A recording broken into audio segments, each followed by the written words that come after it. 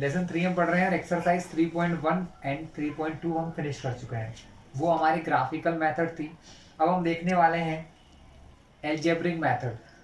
ठीक है, जो हमारे पास मेनली 3 होती हैं, बट एक हमारे को ओमिट करवा दिया इस साल, है ना गवर्नमेंट ने, तो हम लोग 2 ही अभी पढ़ेंगे। ठीक है, कौन कौन सी है? Elimination and substitution. तो पहले स्टार्ट करते हैं। सब्सटीट्यूशन मेथड क्या होता है? क्वेश्चन लेंगे, बहुत आसान, सबसे इजी मेथड में से एक होती है सब्सटीट्यूशन मेथड। ठीक है, एक्चुअल में क्लास होता क्या है, आपके पास 2 इक्वेशन होती हैं, तो एक में से कुछ वैल्यू सब्सटीट्यूट करते हैं, सेकंड में दूसरे में रखते हैं और वैल्यूज आ जाती है, इसलिए इसको सब्सटीट्यूशन मेथड कहते हैं। क्योंकि इसमें से एक वैल्यू, एक इक्वेशन में से किसी की वैल्यू एक्स या वाई की दूसरी इक्वेशन में रखते हैं। एग्जांपल के साथ करेंगे तो समझ में आएगा। 3.3 का फर्स्ट क्वेश्चन ले लेते हैं। X plus y is equal to 14, इसको इक्वेशन 1 नाम दे दो, और x minus y is equal to 4, ये है आपकी equation number 2। Class substitution method में से आपको सिर्फ क्या करना है, x या y की वैल्यू निकालना है किसी भी एक में से। तो हम क्या करते हैं, इसका सॉल्यूशन जब स्टार्ट करते हैं तो लिखते हैं फ्रॉम इक्वेशन 1 या 2, आपका जो मन करे किसी से भी कर लो, आंसर आ ही जाएगा। मैंने लिया फ्रॉम इक्वेशन 1। किसकी वैल्यू निकालना चाहते हो? जो आपका मन करे, x या y की। मुझे लगा मैं x की वैल्यू निकालता हूं। अगर मुझे x की वैल्यू निकालना है इस इक्वेशन में से, तो इस y को हटाना पड़ेगा, क्योंकि x की वैल्यू निकालने का मतलब होता है x को अकेला करना, उसको सिंगल करना। तो x को मैंने यहाँ रखा, यहाँ पर पहले से 14 है, प्लस का y दूसरी तरफ जाएगा तो बनेगा माइनस y। ये x का आंसर हो गया क्लास, ये x का आंसर हो गया। सिर्फ आपको क्या करना है, x को अकेला करना है। ये तो बहुत सिंपल सा क्वेश्चन है, कभी कभी टफ क्वेश्चन भी आते हैं। ठीक है, जैसे मान लो कि अगर इसके साथ 2 मल्टीप्लाई में होता है, ऐसा होता है, तब क्या करते हैं, इस 2 को मल्टीप्लाई से फिर इसके डिवाइड में करो। बात की बात है, जब करेंगे तब समझेंगे, है ना। तो हमने क्या करा, यहां से x की वैल्यू निकाल ली। कहां से निकाली है? From equation 1। जब एक इक्वेशन 1 से आप लोग x की वैल्यू निकालते हैं तो कहां डालते हैं? 2 में। अगर 2 से फाइंड कर रहे हो x की या y की वैल्यू, तो कहां पुट करेंगे? 1 में। आपने इक्वेशन 1 से x की वैल्यू निकाली, इसको भी नाम दे दो, इक्वेशन 3 कह दो, तो फायदा होता है। अब आप लिखोगे on putting the value of x, on putting the value of x। तो क्लास x की वैल्यू आपने निकाली है 1 से, तो कहां रखोगे? On putting the value of x in equation number 2। आप इसको इक्वेशन 2 में रखोगे। इक्वेशन 2 क्या है क्लास? ये है x minus y equal to 4 है। यहां पर x की जगह पर क्या लिखोगे आप? ये x के प्लेस पर 14 माइनस वाई। क्यों? क्योंकि x इसके इक्वल है, x बराबर ये दिया है 14 माइनस वाई, यानी x के प्लेस पे रख सकते हो। तो x के प्लेस पे यहां आपने रखा 14 माइनस वाई। यहां पर ये माइनस का y पहले से है, देखो मैंने x की जगह पे ये रखा है, ये माइनस का y और इक्वल टू में 4। आप देख रहे हैं x एलिमिनेट हो गया है, x इस इक्वेशन में है ही नहीं। अब सिर्फ क्या बचा है? y बचा है। क्या बचा है? y, जो हम लोग अब फाइंड कर सकते हैं। ध्यान से देखिए, यहां पर आप क्या कर पाओगे, ये आपका 14 है, 14 ना तो y से इससे जुड़ेगा ना इससे माइनस होगा, मतलब इसका यहाँ कोई काम नहीं है। तो इस y को हम शिफ्ट करते हैं दूसरी तरफ। यहाँ पर इसके सामने यहाँ कुछ है नहीं है, मतलब प्लस है, प्लस से इस तरफ जाएगा तो बनेगा माइनस। तो यहाँ पर पहले से 4 था, प्लस का 14 जब लेफ्ट साइड को जाएगा तो माइनस का 14 बन जाएगा। Minus y minus y, minus minus plus, y and y 2y, दोनों माइनस में है, तो आंसर में क्या होगा? माइनस। तो minus 2y is equal to, यहां पर देखिए प्लस माइनस माइनस 14y, 14 में से 4 जाएंगे तो बचेगा 10, बड़ा है 14, माइनस का है तो यहाँ क्या आएगा? माइनस। हमें फाइंड करना है y का आंसर, क्योंकि इक्वेशन सॉल्व करने का मतलब ही क्या होता है? इक्वेशन सॉल्व करने का मतलब ही होता है x और y के आंसर निकालना, जो हमने ग्राफिकल में भी किया था और यहाँ भी कर रहे हैं। तो एक एक करके आंसर आ सकता है। पहले y का आंसर निकाला, y निकालने के लिए हमको इस 2 को हटाना पड़ेगा, 2 को नहीं -2 को हटाना पड़ेगा। अब इस -2 और y के बीच में यहाँ पर कुछ भी नहीं है, मतलब यहाँ पर होता है मल्टीप्लीकेशन। तो मल्टीप्लीकेशन से जब भी किसी नंबर को हटाया जाता है तो दूसरी तरफ वो डिवाइड या अपॉन में चले जाते हैं क्लास। कहाँ जाते हैं? डिवाइड या अपॉन में चले जाते हैं। माइनस से माइनस कट कैंसिल, 2 से 1 बार, 2 से 5 बार। तो आंसर क्या आया? 5/1। अपॉन में 1 लिखते नहीं है, दैट इज हमारे y का आंसर आ गया 5। हमें x का और आंसर चाहिए, x का आंसर आ गया, क्वेश्चन सोल्व। y का जो आंसर आया ना क्लास 5, ये आपको यहां पर रखना है। कहा? इक्वेशन 3 में। तो आपको क्या मिल जाएगा? x का आंसर भी मिल जाएगा। तो आप यहां लिखिए on putting the value of y in equation 3। Third में रखते हैं। थर्ड इक्वेशन कहाँ है? ये चलिए देख लेते हैं। जब आप इसको इक्वेशन नंबर 3 में रखोगे तो क्या होगा? देखिए x इज इक्वल टू दिया है 14 माइनस वाई। 14 y के प्लेस पर 5 रखना है, y के प्लेस पर रख दिया 5, तो x बराबर हो जाएगा 14 माइनस 5 9। तो x का आंसर क्या आ गया क्लास? 9। x का आंसर 9 आया, y का आंसर 5 आया, और ये आपका क्वेश्चन सॉल्व हो गया। तो क्लास इस प्रकार के सारे क्वेश्चन बहुत आसान आसान से आप कर सकते हैं। फिर भी मैं आपको कुछ क्वेश्चन जरूर कराऊंगा। क्लास देखते हैं क्वेश्चन नंबर फर्स्ट का 6। फर्स्ट का 6 क्वेश्चन जो थोड़ा सा डिफरेंट है। डिफरेंट है मतलब कठिन नहीं है, डिफरेंट है। डिफरेंट कैसा है चलिए देखते हैं। इक्वेशन है आपके सामने। Question number first, solution bye substitution method पहला करवा चुका हूं। 6 नंबर देखिए, नंबर 6, पहले का 6, 3x/2 minus 5y/3 is equal to, given है आपको -2। चलिए x/3 plus y/2 is equal to 13/6। Class equation वही है, बस थोड़ा सा अपॉन में दिया है, बच्चे डर जाते हैं, दिक्कत हो जाती है। तो बहुत आसानी से, कभी टेंशन ना ले, इस प्रकार के क्वेश्चन बहुत ही आसान होते हैं। जैसे कि हमने इससे पहले किया वैसे ही फटाफट ये हो जाएगा। बस हमें क्या करना है? अपॉन के नंबर्स को हटाना है। तो अपॉन के नंबर को हटाने का सबसे इजी तरीका होता है एलसीएम लो और सॉल्व कर दो। देखो क्लास, किसी इक्वेशंस में, ये इक्वेशन में 3x के अपॉन में 2 है, 5y के अपॉन में 3x के अपॉन में कुछ नहीं है ना, यहां पर 1 मान लो, ठीक है, और सॉल्व करना स्टार्ट करो। पहले लिखो फॉर इक्वेशन 1, पहली इक्वेशन के लिए। पहली इक्वेशन ये है हमारी, ये है हमारी इक्वेशन नंबर 2, ठीक है। क्या करोगे? अपॉन के नंबर का एलसीएम, 2, 3 और 6 का एलसीएम आप सभी को लेना आता है। 2, 3 और 1 का एलसीएम सबको लेना आता है, नहीं सिखाऊंगा, एलसीएम आप लोगों को आता है। तो एलसीएम होता है 2 और 3 का 6। जो आपका एलसीएम आए उसका पूरी इक्वेशन में मल्टीप्लाई कर दो। On multiply by 6 in equation 1। पहली इक्वेशन में 6 से मल्टीप्लाई कर दो पूरी इक्वेशन। पूरी इक्वेशन मतलब हर एक इक्वेशन, मतलब जिसमें एलएचएस होता है और आरएचएस होता है। एलएचएस में जो जो है सब में 6 का मल्टीप्लाई, और आरएचएस में भी 6 का मल्टीप्लाई करना है। क्यों? क्योंकि हमने जो एलसीएम लिया वो 6 आया है, ठीक है। एलसीएम किस किस का लिया? अपॉन में जो नंबर्स हैं दोनों साइड, 2, 3 और 1 का, है ना। एलसीएम लेना आपको आता है, इसलिए मैं नहीं बता रहा हूँ, टाइम वेस्ट कर रहा हूँ आपका। तो एलसीएम 6 आया, 6 से मल्टीप्लाई कर रहे हैं। 6 का मल्टीप्लाई किया इस तरफ, यहाँ पर 2 नंबर है तो पहले ब्रैकेट लगा लो, अगले स्टेप में खोल देंगे। तो 3x/2 माइनस 5y/3 बराबर -2/1। अब अपॉन में 1 यहाँ लिखने की जरूरत नहीं है, हमने 1 सिर्फ क्यों लिया था? एलसीएम लेने की वजह से। अब हमें जरूरत नहीं, हमने यहाँ से सिर्फ 6 का मल्टीप्लाई किया, ठीक है।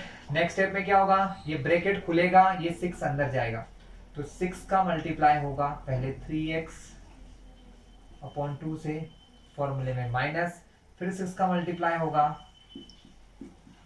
5y/3 से, और यहाँ तो 6 2 12, माइनस प्लस माइनस। चलिए यहाँ पर कुछ कैंसिलिंग हो सकती है, बिल्कुल।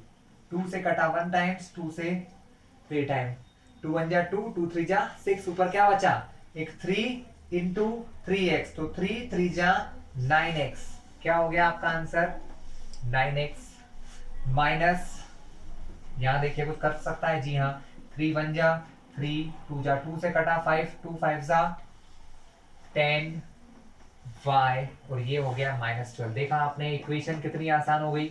वैसे जो पहले थी सिंपल इक्वेशन हो चुकी है, इसको इक्वेशन 3 नाम दे दो। अब 1 और 2 का काम खत्म, हम इक्वेशन 3 ले चुके हैं। इसी तरीके से इस इक्वेशन को भी सॉल्व करना है। यहां पर भी क्या देख रहे हो, यहां पर भी 3 2 और 6 है, इन तीनों का फिर से आपको एलसीएम लेना है और उसी तरीके से मल्टीप्लाई करना है। ले लेते हैं, पर यहां लिख लो फॉर इक्वेशन 2, इक्वेशन 2 के लिए एलसीएम कितना आएगा 6 ही आएगा। वहां पर भी एलसीएम 3 2 और 6 का 6 ही आना है, तो हम क्या करेंगे 6 से फिर से इक्वेशन 2 में 6 का मल्टीप्लाई कर देंगे, तो हम लिखेंगे multiply by 6 in equation 2। Equation 2 में 6 का मल्टीप्लाई करो, इक्वेशन 2 क्या है, ये 6 इंटू यहां पर 2 नंबर है, तो पहले ब्रैकेट में लिख लो x/3 प्लस 5/2, 13/6 है, 6 का मल्टीप्लाई, क्या क्या कटेगा क्लास, इस तरफ 6 से 6 कट गया 13, यहां पर पहले अंदर मल्टीप्लाई होगा, तो 6 का मल्टीप्लाई पहले होगा x/3 से, फिर 6 का मल्टीप्लाई होगा y/2 से, कुछ कटेगा, यस 3 से 1 बार, 3 से 2 बार, तो 2 इंटू एक्स 2x, 2 1 जा 2 से 3 बार, 3 इंटू वाई 3y बराबर 13। ये इक्वेशन 3 के बाद ये नंबर 4 इक्वेशन। क्लियर क्लास, आसान से ही हो गई दोनों इक्वेशन। अब इनको सब्स्टिट्यूशन मेथड से सॉल्व करना है, ये सिर्फ हमने इनको सिंपल बनाया है। अब हम क्या करेंगे, इन इक्वेशंस को सिंपल वे में सॉल्व कर देंगे। अभी हम 1 2 को भूल जाओ, हमारे लिए 1 2 का कोई मतलब नहीं बचा, क्योंकि हमने क्या करा, इनको सिंपलेस्ट फॉर्म में जमा लिया है। चलिए देखते हैं।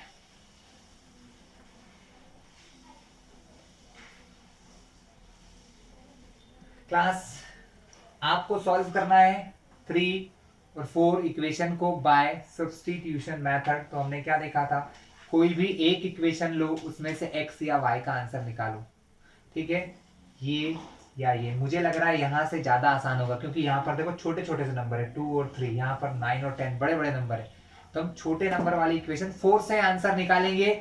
कहीं से भी ले सकते हो आप, इससे उठा के इसमें रखो, इससे उठा के इसमें रखो, यही सब्स्टिट्यूशन है। सब्स्टिट्यूशन मतलब यहां से वहां शिफ्ट करना। तो हम यहां से फ्रॉम इक्वेशन 4 से हम कहां से आंसर निकालेंगे, फ्रॉम इक्वेशन 4। इक्वेशन 4 क्या है, 2x plus 3y equal to 13। इस 3y को मैंने शिफ्ट किया, इस 3y को उस तरफ शिफ्ट किया, तो यहाँ क्या बचेगा, सिर्फ 2x बचेगा। यहाँ पहले से 13 थे, प्लस के 3y शिफ्ट हो गए, चले गए, तो बन गए माइनस के 3y। अभी भी मेरा x का आंसर नहीं आया है, क्योंकि अभी आंसर 2x का आया है। x को अकेला करने के लिए 2 को हटाना पड़ेगा, 2 मल्टीप्लाई से जाएगा डिवाइड में, यानी x का जो फाइनली आंसर आएगा वो आएगा 13 माइनस 3y, और ये 2 जाएंगे डिवाइड में। इसको आप नाम दो इक्वेशन 5। कोई दिक्कत है क्लास, बिल्कुल नहीं होना चाहिए। x बराबर 13 माइनस 3y/2, ये कहां से निकाला, 4 में से। 4 में से निकाला तो कहां रख दोगे, 3 में। आप लिखोगे on putting the value of x in equation number 3। Equation 3 में ये आंसर रख दो, किसकी जगह पर, x की जगह पर। यहां पहले से कौन लिखा है, 9 लिखा हुआ है, तो 9x का मतलब होता है 9 इंटू एक्स। 9x का मतलब क्या होता है, 9 इंटू एक्स होता है। तो हम लिखेंगे 9 इंटू एक्स की जगह पर ये पूरा, जब ये नंबर थोड़ा बड़ा दिख रहा है तो ब्रैकेट लगा दो, 13 माइनस 3y अपॉन में 2। माइनस में कौन है क्लास, 10y इक्वल टू -12। बिल्कुल मत घबराइए, बहुत ही आसान सवाल है। देखिए क्लास, दिक्कत कहाँ हो जाती है, जैसे यहाँ पर में 2 आ गया, जैसे कि शुरुआत में आ गया था, अपॉन में 2 था, हमने क्या करा, एलसीएम करा, है ना, और उसका मल्टीप्लाई करते हैं। वैसे यहाँ पर अपॉन में 2 दिख रहा है ना, इस 2 को हटाने के लिए क्या करो, एलसीएम लो। एलसीएम कब लेते हैं, एलसीएम तब लेते हैं जब इसके अलावा और कहीं पर भी कोई नंबर हो, जैसे यहाँ पर भी कुछ अपॉन में है, यहाँ पर भी, मगर ऐसा कुछ नहीं हो रहा है, सिर्फ यहाँ पर 2 है ना, तो इस 2 को हटाने के लिए, जब 2 अपॉन में है तो हटाने के लिए उसका मल्टीप्लाई किया जाता है। तो हम क्या करेंगे, मल्टीप्लाई बाय 2, क्या लिखेंगे, मल्टीप्लाई बाय 2। क्या करोगे, मल्टीप्लाई बाय 2। क्यों मल्टीप्लाई कर रहे हो, सिर्फ आप अपॉन में से 2 को हटाने के लिए, क्योंकि अपॉन में 2 आ गया प्रॉब्लम क्रिएट करेगा, ठीक है, तो हटाना है तो हम उसको 2 से मल्टीप्लाई कर देते हैं। तो हम क्या करेंगे, इस 2 को हटाने के लिए पूरी इक्वेशन में 2 का मल्टीप्लाई कर देंगे। अगर मान लो यहाँ पर 6 होता है, यहाँ पर 4 होता है, तब मैं क्या करता, तब पहले इन तीनों का एलसीएम लेते, फिर उसका मल्टीप्लाई करते। लेकिन तरीका वही है कि अपॉन के नंबर को अगर हटाना है तो मल्टीप्लाई करना होगा। चलिए, तो 2 का मल्टीप्लाई करें, हम लिख लो पहले, on multiply by 2 in the equation, पूरी इक्वेशन में 2 का मल्टीप्लाई कर लो। तो 2 इंटू, पहले हमेशा ध्यान रखना ब्रैकेट लगाओगे तो आपको मार्क्स एग्जाम में अच्छे मिलेंगे। अंदर क्या लिखा है, ये लिखा है 9 इंटू 13 -3y, और अब इस पूरे के अपॉन में आप 2 को लिख सकते हैं, क्योंकि अपॉन में 2 है तो वो इसके भी अपॉन में समझो और इसके भी अपॉन में, तो दोनों के अपॉन में 2 है, -10y ब्रैकेट बंद, बीच में इज इक्वल टू, यहां पर है -12। ठीक है, 2 का मल्टीप्लाई करो अंदर, 2 इंटू 9 इंटू 13 -3y अपॉन में है 2, फिर 2 का मल्टीप्लाई 10y से, फिर 2 का मल्टीप्लाई -12 से। ठीक है, क्या हुआ, 2 से 2 कैंसिल, हमारा काम हो गया। अब 9 का अंदर मल्टीप्लाई कर दो, 9 का मल्टीप्लाई होगा 13 से, 13 9 जा 117, 9 का मल्टीप्लाई 3 से, 9 3 जा 27y, 10 2 जा 20y, 12 2 जा 24, माइनस प्लस माइनस, माइनस का 24। क्लियर है, हम क्या करेंगे, यहां से नंबर्स एक तरफ, वाई वाई एक तरफ, इन दोनों नंबर को जोड़ोगे तो आ जाएगा 47y। ये यहाँ पर प्लस का है, दूसरी तरफ जाएगा तो प्लस से बन जाएगा माइनस का 117, जहां पहले से एक -24 बैठा हुआ है। ठीक है, अब हमें क्या करना है, अब हमको y को अकेला करना है, क्योंकि y का आंसर निकालना है ना आपको क्लास। तो क्या करोगे, पहले इन दोनों को जोड़ोगे तो आंसर आ जाएगा 141, माइनस माइनस प्लस, 47 और y के बीच में यहाँ कुछ है, जब कुछ नहीं होता है तो मल्टीप्लाई, तो पूरा -47 मल्टीप्लाई से जाएगा डिवाइड में, तो यहाँ अपॉन में आ गया -47, यहाँ बचे y, -2 माइनस कैंसिल, 47 का टेबल पढ़ोगे तो 3 बार कट जाएगा, करके देखते हैं। तो y का आंसर आ गया 3। जो y का आंसर आया है उसको अब कहाँ रखना है, इक्वेशन 5 में, तो किसका आंसर आ जाएगा, x का। देखते हैं करके, क्लियर है क्लास, तो y का आंसर समझ में आ ही गया होगा आपको। चलिए, अब हम एक लाइन और लिखेंगे, on putting the value of y in equation 5, हम लिखेंगे ऑन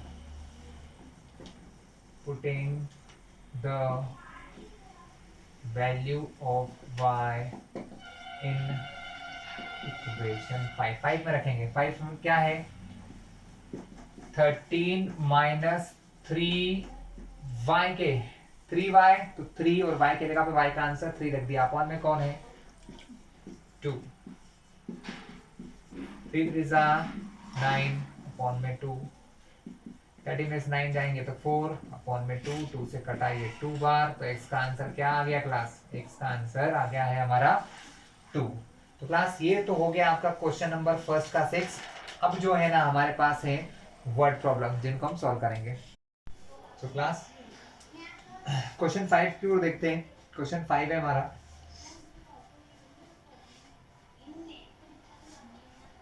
√2x प्लस √3y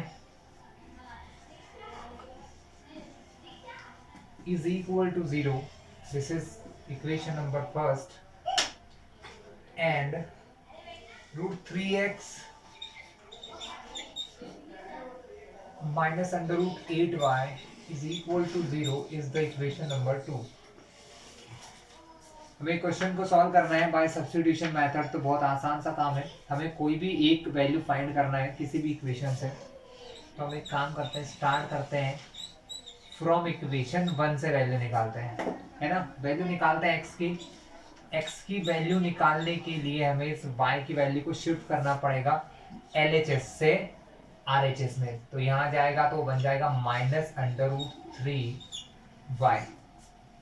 ठीक क्लास, x निकालना है, √2 कहाँ जाएगा, √2 जाएगा मेरा डिवाइड में, √2 कहाँ जाएगा हमारा डिवाइड में। ये हमारे x की वैल्यूज हैं। सो क्लास -√3y अपॉन √2 ये वैल्यू हमने फाइंड की है इक्वेशन फर्स्ट से, इसको इक्वेशन 3 नाम दो। और इस वैल्यू को हम रखेंगे कहां पर, इक्वेशन नंबर फर्स्ट से निकाला है ना, देखो फ्रॉम इक्वेशन 1 से हमने निकाला है, तो कहां रखेंगे इक्वेशन 2 में। तो हम लिखेंगे on putting the value of x in equation 2। कहां रखेंगे, इक्वेशन 2 में रखने वाले क्लास। इक्वेशन 2 हमारी क्या है, √3x माइनस √8y। तो √3 लिखा है, उसके बाद लिखा है x, तो x की जगह हम ये लिखने वाले हैं। So √3 into -√3y upon √2 minus √8y is equal to 0।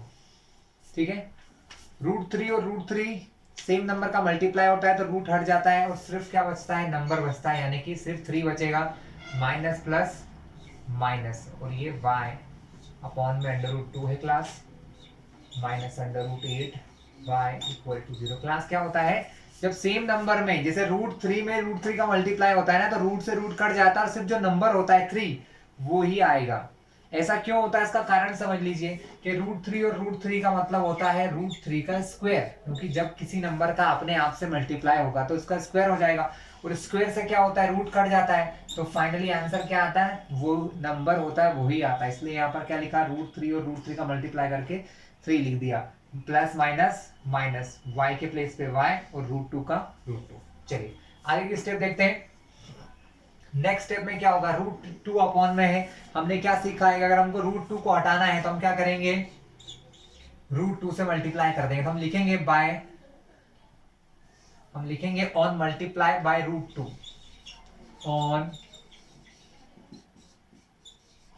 Multiply by √2। तो हम √2 से मल्टीप्लीकेशन कर रहे हैं क्लास, कैसे, √2 इंटू ये क्या लिखा है 3y अपॉन √2 का मल्टीप्लाई इसमें होगा, तो √2 इंटू √8y, यहाँ पर 0 है, इसमें लिख दो √2 का मल्टीप्लीकेशन। चलिए क्लास हम आगे देखते हैं, यहाँ से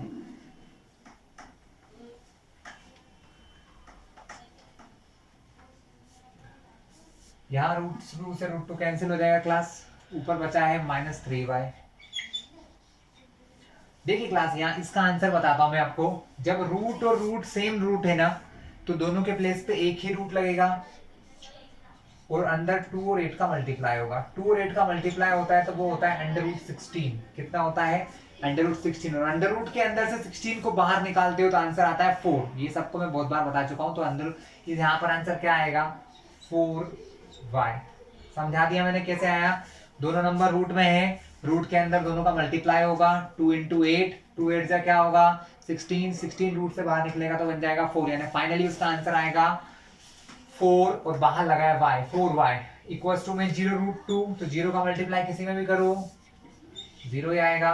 minus minus plus 7 -3 -4 -7y equal to 0। -7 multiply से अगर 0 के अपॉन में जाता है तो भी आंसर क्या रहेगा, 0 ही रहेगा। यानी फाइनली हमारे y का आंसर क्या आ गया, 0। y का आंसर आया आपका 0। ये y का आंसर हम यहाँ रखेंगे इक्वेशन 3 में, तो हमें x का आंसर भी मिल जाएगा। चलिए इधर निकाल लेते हैं। आसान सा क्वेश्चन था क्लास, कुछ खास नहीं है इसमें, है ना। देख लेते हैं हम लोग। तो हमने कहा है, अब हम रखेंगे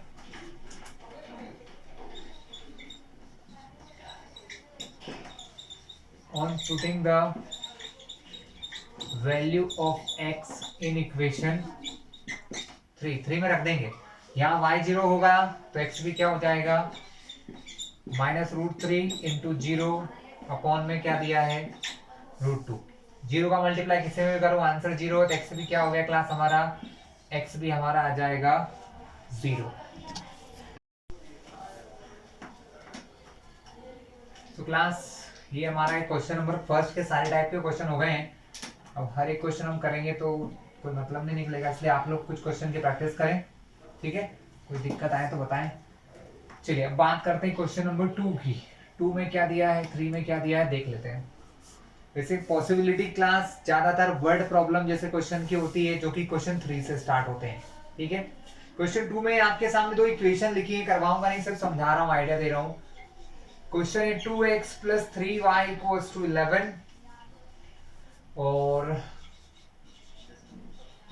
2x - 4y = -24। हमें इन दोनों को सॉल्व करके x और y के आंसर निकालना है। ये काम मैं आपको सिखा चुका हूं। यहां से जो x और y के आंसर आएंगे क्लास, है ना, उन्होंने क्या कहा है, solve the following equation. In equation को सॉल्व करके, सॉल्व करना मतलब x और y की वैल्यूज फाइंड कीजिए, है ना। And hence find the value of m for which y = mx + 3। अब यहां से जो आंसर निकलेंगे ना, इन दोनों के जो आंसर निकलेंगे x और y के, वो आपको यहां पर रखना है जो तीसरी इक्वेशन दे रखी है, और वहां से m का आंसर निकालना। मैं आपको एग्जांपल के तौर पे दे रहा हूं, मन से बता रहा हूं। मान लो x का आंसर 2 आया और y का 1 आया।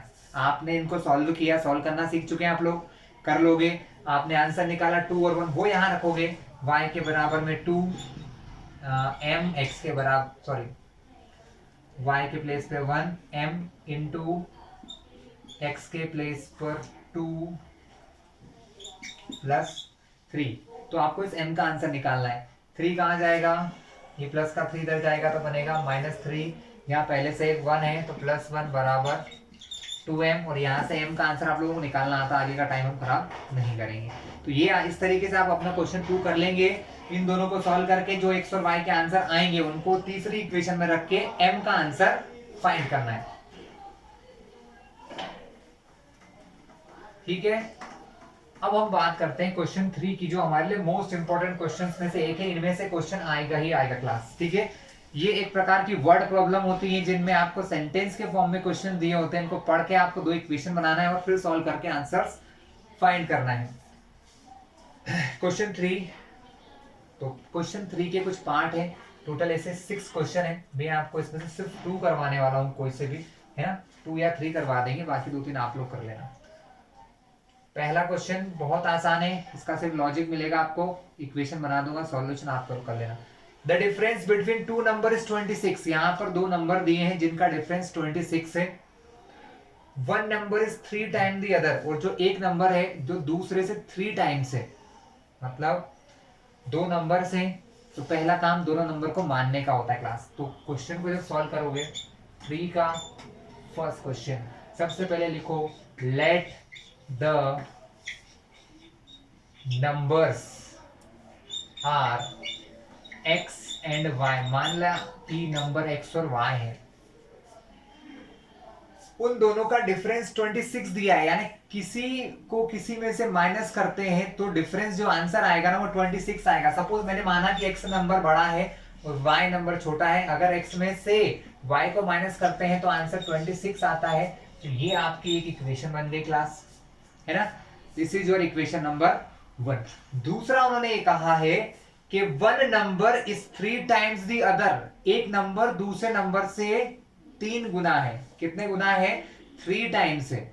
तो ये अब इक्वेशन बनाने का दूसरा पॉइंट है। हमारे पास यहाँ पर दो सिचुएशन दी होती है जिससे इक्वेशन बनाना होती है। पहली सिचुएशन हमने पकड़ ली कि दोनों का डिफरेंस 26 है, तो पहली वाली में से दूसरी वाली को माइनस किया, आंसर आया 26। अब दूसरी सिचुएशन कहा है one number is 3 times the other, एक नंबर दूसरे से 3 गुना है। 3 गुने के लिए हम क्या करते हैं भाइयों, मैंने पहले भी आपको सिखाया है कि हम क्या कर रहे हैं, हम इक्वेशन बना रहे हैं। मतलब मेरे को इन दोनों नंबर को बराबर करना है। क्या करना है? बराबर। हमने क्या देखा, कौन सा नंबर बड़ा है इसमें?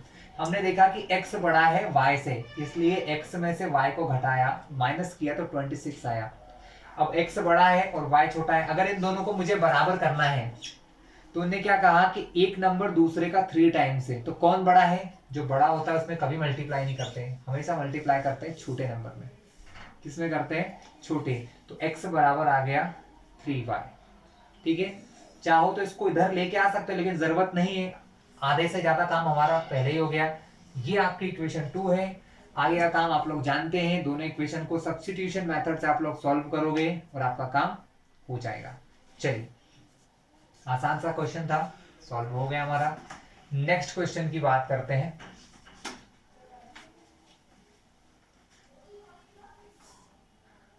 इसी का सेकंड पार्ट, थर्ड का ही सेकंड क्वेश्चन है। The larger of to supplementary angles, मतलब सप्लीमेंट्री एंगल यानी दो एंगल जिनका सम 180 होता है वो कहलाते हैं सप्लीमेंट्री। उनमें से जो लार्जर है मतलब बड़े वाला एंगल है, एक्सीड्स, एक्सीड मतलब ज्यादा है, एक्सीड मतलब ज्यादा है, द स्मॉलर छोटे वाले से, बाय 18 डिग्री, मतलब बड़े वाला एंगल छोटे वाले एंगल से 18 डिग्री ज्यादा है। तो हमें उन दोनों नंबर को फाइंड करना है कि वो दोनों, सॉरी दोनों एंगल्स को फाइंड करना है। तो हमने क्या मान लिया, हम फिर मान लेते हैं let the angles be x and y. हमने मान लिया कि वो एक्स और वाई है ना। क्या कहा हमसे कि वो एंगल सप्लीमेंट्री है। क्लास सप्लीमेंट्री जैसे ही बोला ना आपकी इक्वेशन तैयार हो गई, क्योंकि सप्लीमेंट्री एंगल किसको कहते हैं कि जब दो एंगल को प्लस करें, अगर मैं एक्स और वाई को प्लस करूं और आंसर आ जाए 180 तो वो कहलाते हैं सप्लीमेंट्री। जब उन्होंने बोला है कि सप्लीमेंट्री है मतलब इन दोनों को जोड़ूंगा तो 180 आएगा, ये इक्वेशन एक तैयार हो गई। दूसरा उन्होंने कहा है कि जो बड़े वाला एंगल है, मान लो बड़े वाला एक्स है या वाई है, मान लिया मैंने एक्स बड़ा है, तो वो छोटे वाले से कितना ज्यादा है? 18 ज्यादा है। अब मुझे इन दोनों को बराबर करना है, तो जो छोटा है, छोटा माना कि y है, तो उसमें जब मैं प्लस करूंगा 18 तो दोनों बराबर होंगे। कैसे? फिर समझाता हूं, क्लास एग्जाम्पल के साथ समझोगे तो आसान है। मैंने कहा ये दो नंबर है 10 और 20, कौन बड़ा है? 20 है। 20 10 से कितना ज्यादा है? 10 ज्यादा है ना। 12 ले लेते हैं। 20 जो है वो 12 से 8 ज्यादा है। इस स्टेटमेंट को मैं ऐसे ही कहूंगा 20 इज ग्रेटर देन 12 बाई 8। 20 जो है वो 12 से 8 ज्यादा है या 8 ज्यादा है। अब अगर मुझे इन दोनों को बराबर करना है तो मैं कौन से नंबर में जोड़ूंगा? इन दोनों को बराबर करने के लिए वो 8 में जोड़ूंगा, छोटे वाले में। तो वो यही किया, हमको ये बोला कि एक नंबर दूसरे नंबर से 18 डिग्री बड़ा है, तो इन दोनों को बराबर करने के लिए जो छोटा होगा ना उसमें 18 प्लस कर देंगे। तो छोटा मैंने किसको माना? y को माना, तो हमने y में प्लस कर दिया 18। तो ये बन गई दूसरी इक्वेशन। बस अब इन दो इक्वेशन को सॉल्व करोगे, आपके सामने x और y आ जाएंगे। x और y आपके क्या होंगे? एंगल्स होंगे। तो क्लास ये क्वेश्चन भी बहुत इजी था। ठीक है, अब बात करते हैं। तो क्लास क्वेश्चन 3 तो बहुत इजी आप लोग कर लेंगे। क्वेश्चन 4 की ओर कंसंट्रेट करते हैं। क्वेश्चन 4 मतलब क्वेश्चन थर्ड का फोर्थ, जो काफी अच्छा और बड़ा क्वेश्चन है, थोड़ा सा लॉजिकल भी है। देख लेते हैं क्या कहता है हमसे। The taxi charges in a city, किसी सिटी में, किसी शहर में टैक्सी के कुछ चार्जेस की बात हो रही है। Consist of a fixed charge together with the charge for the distance covered, मतलब जो दूरी चलते हैं ना उसका एक फिक्स फेयर है कि इतना तो लगना है, उसके बाद एक्स्ट्रा किलोमीटर पे चार्ज बढ़ता जाता है।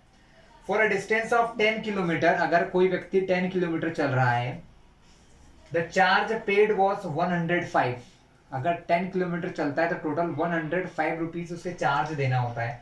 And for a journey of 15 kilometre, और अगर वो 15 किलोमीटर चलता है, the charge paid was rupees 155। What are the fixed charges and the charges per kilometre. तो फिक्स चार्ज क्या है और चार्जेस पर किलोमीटर क्या है क्लास। ठीक है, तो हम क्या करें इसमें,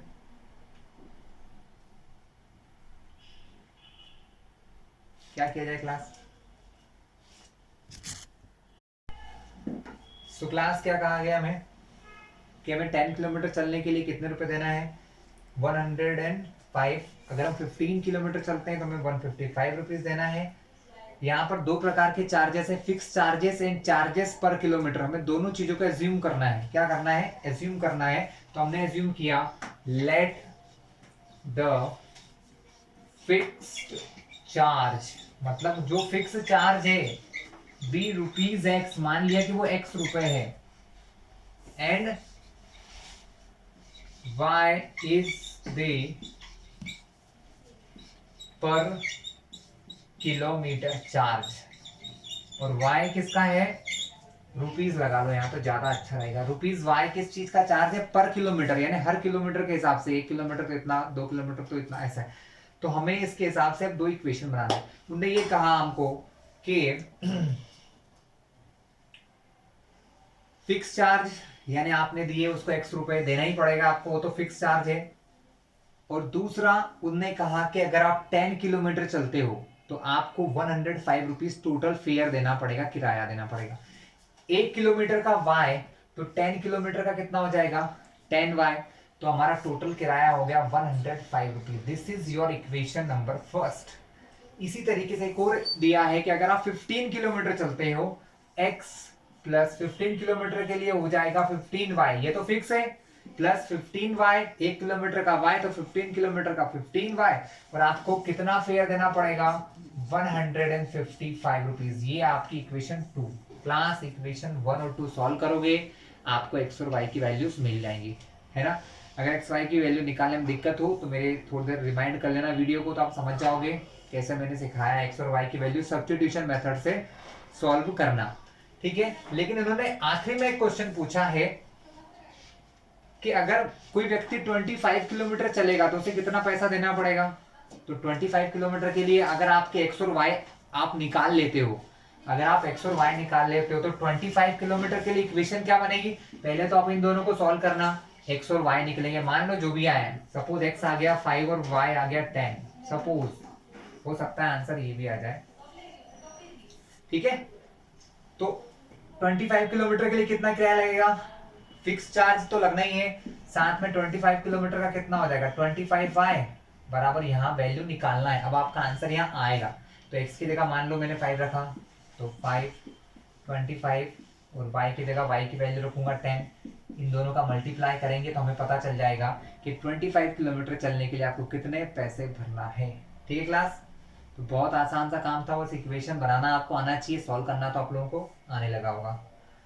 चलिए बात करते हैं क्वेश्चन 5 और 6 की, फटाफट से इनकी इक्वेशन बना लेते हैं। ओके, क्वेश्चन 5 क्या कह रहा है, फ्रैक्शन का क्वेश्चन है। अ फ्रैक्शन बिकम 9/11, कोई फ्रैक्शन, अपॉन के नंबर्स होते हैं फ्रैक्शंस, 9/11 हो जाएगा if 2 added to both numerator और डिनोमिनेटर। हमको फ्रैक्शन में दो चीज पता होना चाहिए, न्यूमरेटर डिनोमिनेटर। इस पूरे क्वेश्चन को आप लोग ध्यान से पढ़िएगा, इसमें न्यूमरेटर डिनोमिनेटर कहीं पर नहीं दिए। तो सबसे पहले हम मानेंगे, क्या मानेंगे कि let the numerator be x and denominator be y। Denominator क्या है आपका, y है। अब उसने क्या कहा, अ फ्रैक्शन बिकम 9/11, इन दोनों को अपॉन में लूंगा तो एक फ्रैक्शन बन जाएगा।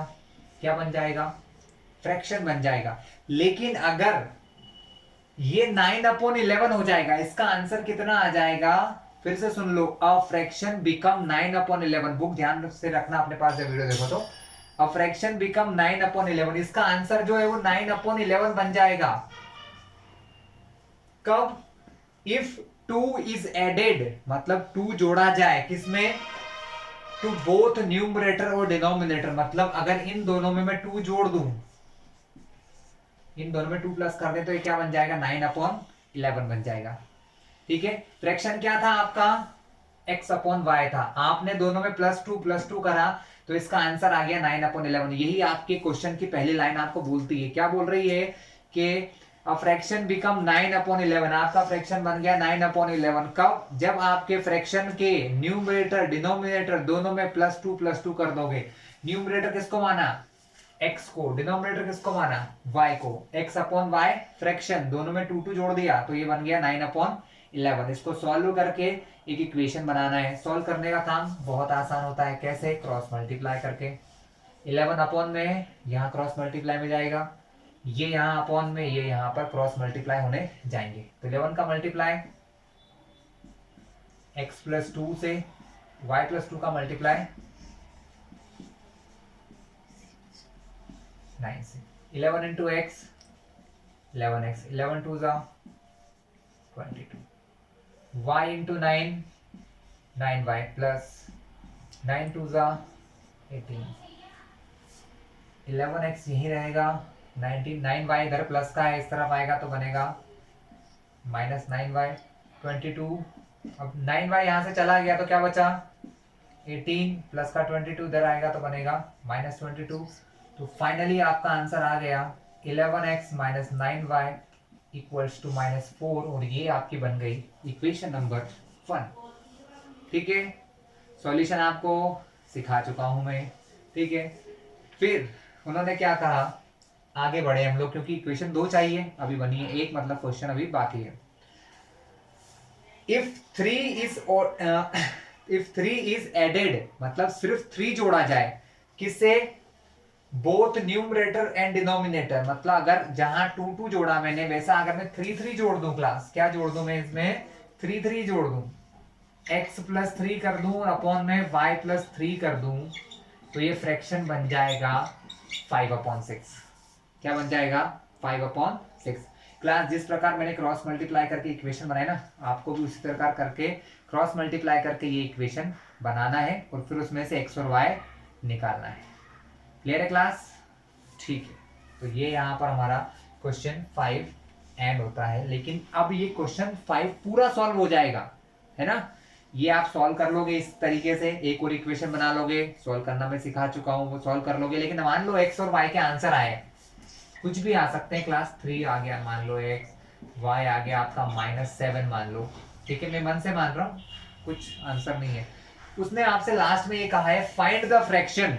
इस क्वेश्चन का आंसर है फाइंड द फ्रैक्शन, फ्रैक्शन निकाले। तो फ्रैक्शन होता क्या है? फ्रैक्शन होता है न्यूमरेटर और अपॉन में डिनोमिनेटर। न्यूमरेटर किसको माना? x, यानी फ्रैक्शन होगा आपका x/y। क्या आंसर होगा? x/y होगा। तो आपका आंसर x/y यानी 3/-7। क्लास ये तो मैंने मन से यूं बोल रहा हूँ, आंसर जरूरी नहीं ये आए, वो कुछ भी आ सकते हैं, ये तो मैं आपको वो शॉर्ट में करा रहा हूँ।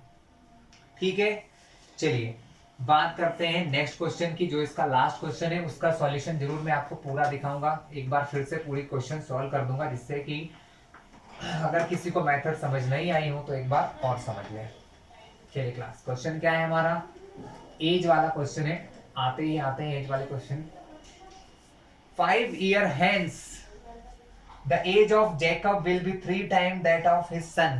hence मतलब बात की बात हो रही है, यानी आज से 5 साल बाद एज ऑफ जेकब कोई व्यक्ति होगा एंड हिज सन उसका लड़का होगा। तो जेकब की एज जो है आज से 5 साल के बाद, हेंस मतलब आज से 5 साल बाद कितनी रहेगी?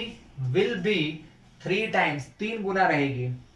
ठीक है, 5 ईयर अगो, और 5 साल पहले क्या था? जेकब की जो एज थी वो 7 टाइम्स, आज से 5 साल बाद 3 गुना, 5 साल पहले 7 टाइम्स। ठीक है, हमको उनकी निकालना है प्रेजेंट एज। प्रेजेंट एज मतलब जो आज है वो, टुडे। तो हम लिख लेंगे let the present age of both, क्या है? दोनों की प्रेजेंट एज क्या है, 6 क्वेश्चन है हमारा। ठीक है, क्लास क्वेश्चन 6 देखते हैं हम लोग। तो हमने क्या लिखा कि let the present age of Jacob, मतलब जैकब नाम के व्यक्ति की एज जो है वो एक्स ईयर्स है। कितनी है, एक्स ईयर मान लिया हमने। And that of his son, उसके बेटे की एज को क्या माना आपने, बी वाई ईयर्स। कितनी मान लिया उसके बेटे की एज को, वाई ईयर्स मान लिया। अब उसने क्या कहा, दो कंडीशन है, दो इक्वेशन बनेगी। 5 ईयर हेंस, आज से 5 साल बाद। तो भाई आज से 5 साल बाद आपकी एज क्या होगी, आपकी एज में 5 जोड़ देंगे, x plus 5 and y plus 5। तो क्लास क्या देखा हमने कि आज से 5 ईयर बाद क्या होता है, जब आप फ्यूचर की बात करते हैं तो आपकी एज प्लस हो जाती है। तो मान लो उसके फादर की x प्लस 5 है, y प्लस 5। उसने क्या कहा, 5 साल बाद फादर जो होगा अपने सन से 3 गुना एज वाला होगा, 3 टाइम्स। सीधी सी बात है, फादर बड़ा होगा, सन छोटा है। अगर दोनों को बराबर करना है तो सन के साइड किसका मल्टीप्लाई करना पड़ेगा, 3 का। दोनों को इक्वल करने के लिए हमने यहाँ क्या किया, 3 का मल्टीप्लाई किया। यहां से हमको दो इक्वेशन मिलेगी। इस क्वेश्चन को हम पूरा करेंगे, x plus 5 3 into Y, 3y, और 3 का मल्टीप्लाई 5 से होता है। क्लास ये सबको पता ही होगा कि 3 का मल्टीप्लाई यहां से भी होगा और यहां दोनों से होगा। 3 इंटू वाई 3y प्लस 3 5 15। हम क्या कर रहे हैं, x is equal to 3y को हम यही रखेंगे, प्लस का 5 इस तरफ लाएंगे तो बन जाएगा -5। तो x इज इक्वल टू हो जाएगा 3y, 15 में से 5 गया तो 10। और इसको इक्वेशन 1 देके आप छोड़ दीजिएगा। ठीक है, क्यों, क्योंकि हमें x का आंसर क्वेश्चन में निकालना ही होता है। हमने x का आंसर निकाल लिया, अगले क्वेश्चन में बात करेंगे। इसी प्रकार क्वेश्चन नंबर इक्वेशन 2 क्या बोल रही है, मतलब इक्वेशन 2 कैसे बनाओगे आप लोग। उन्होंने क्या कहा, 5 ईयर अगो, 5 साल पहले। तो आज x के हैं, 5 साल पहले कितने थे, x माइनस 5 और y माइनस 5 थे। 5 साल पहले वो 7 टाइम्स ओल्ड था। कितने टाइम्स ओल्ड था, 7। तो 7 का मल्टीप्लाई किधर होगा, जो भाई साहब छोटे हैं, छोटे उनके लड़के हैं। तो सन की एज में 7 का मल्टीप्लाई कर दिया आपने। ठीक है, बस इसको सॉल्व करके इसी इक्वेशन दोनों को सॉल्व कर लेंगे। x माइनस 5 है ये, 7 इंटू वाई 7y, 7 5 35। ठीक है, इनको इधर ले आते हैं तो x माइनस इधर आएगा तो बनेगा -7y, प्लस का था इधर आया -7y। यहाँ कौन बचा, यहाँ बचा -35। इस -5 को भी इधर शिफ्ट किया तो +5। So x minus 7y equal to 35 में तो 5 जाएंगे तो बचेगा 30, बड़ा है 35 माइनस 5 तो माइनस। ये आपकी इक्वेशन 2। सब्स्टिट्यूशन मेथड लगाना है तो हमको इक्वेशन 1 दिख रही है कि x का आंसर क्या है, x का आंसर है 3y प्लस 10। क्या है, 3y प्लस 10 है क्लास। ठीक है, चलिए। हाँ, तो क्लास अब हम क्या कर रहे हैं, इक्वेशन फर्स्ट जो है हमारी, इस इक्वेशन में से x का आंसर जो निकला है 3y प्लस 10 वो कहां रखेंगे, 1 से उठाकर 2 में, क्योंकि सब्स्टिट्यूशन का मतलब यही होता है कि एक इक्वेशन से आंसर दूसरे में रखेंगे। तो हम यहां लिखेंगे on putting the value of x in equation 2। Equation 1 ये है, इस x का आंसर 3y प्लस 10 इसकी जगह कहां में रखना है, 2 में। तो 3y प्लस 10, इक्वेशन 1 में x का आंसर 3y प्लस 10 है, जो हमने रख दिया इसकी जगह पर, है ना। यहां पर पहले से क्या लिखा है, -7y, और इक्वल टू में क्या है, -30 है क्लास। ठीक है, 3y plus 7y minus plus minus minus, 3y में से 7y जाएंगे तो 4y, बड़ा नंबर 7y है, माइनस का है तो माइनस। ये हमारा क्या है, -30 30 है, प्लस का 10 इस तरफ जाएगा तो क्या बनेगा -10। चलिए माइनस माइनस प्लस 30 और 10 40 दोनों माइनस में है तो आंसर आएगा माइनस। y का आंसर निकालना है तो y को अकेला करना पड़ेगा, y और 4 के बीच में यहाँ कुछ नहीं है तो मल्टीप्लाई, मल्टीप्लाई से दूसरी तरफ जाएगा तो ये -4 मल्टीप्लाई से जाएगा डिवाइड में, कहाँ जाएगा डिवाइड।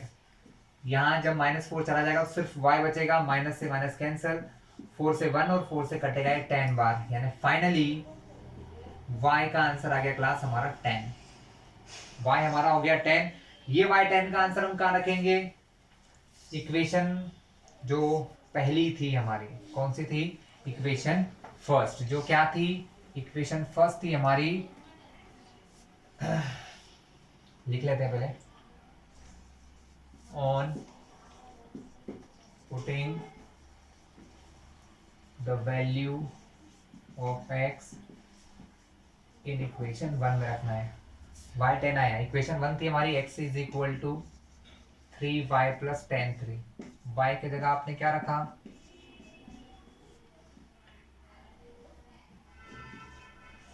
10, तो आंसर आ जाएगा 3 10 जा 30, 30 में 10 प्लस करोगे तो 40। x और y को क्या माना था, प्रेजेंट एज, आज की, आज कितने साल के हैं, आज जेकब होगा 40 का और उनका जो सन है वो 10 ईयर ओल्ड होगा।